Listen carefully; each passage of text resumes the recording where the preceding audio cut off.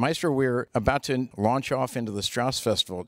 What's the course? Where have we come from now? So the last festival we did was the Dvorak Festival, which followed Brahms in a logic way. Strauss this year is very clearly, because we're celebrating our 75th anniversary.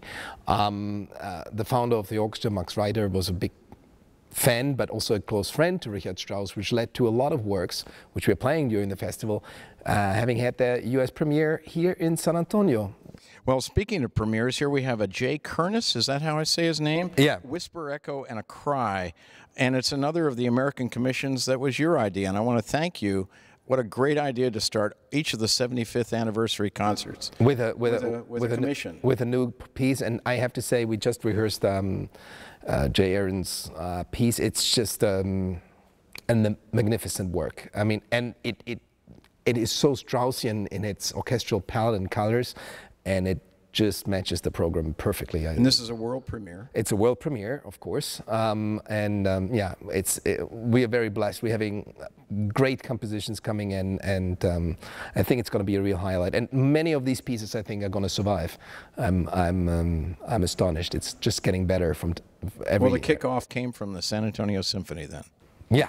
Yeah, absolutely. And speaking of Strauss, who was a Viennese, well, we've got Don Giovanni, an overture to this very famous and well-known opera, which, of course, is Austrian in its nature, too, with Mozart. Beautiful. Arias, tuneful. The Don Giovanni link is it's a link to our next program where we play Don Juan by Richard Strauss. So Strauss's version on Don Giovanni, and his influence. He's very much influenced by Mozart. That's why we also feature in this program Mozart and Strauss. You know that the Rosenkavalier is basically a take on Le Nozze di Figaro. And the Don Giovanni motive is also in our program this week, the connection to death. I mean, the end of this refusal of accepting death is very typical for Don Giovanni, and the struggle with death is what Strauss's tone poem Death and Transfiguration is about. Yes, and I tripped across a quotation online from, I believe, his daughter, and he said that in so many words that when he was dying, and literally on his deathbed, he said, "This is exactly what I thought Death and Transfiguration would be like." And he was dead, literally, not very long after that quotation to his daughter. Yeah, I mean, I totally understand that, because in this piece, there's a lot of struggle through the piece, and fighting and clinging on.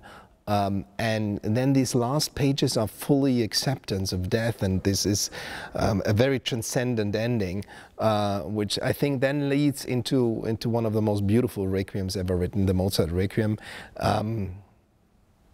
Mozart said on his deathbed, when he was still writing the Requiem, he said, trying to complete it.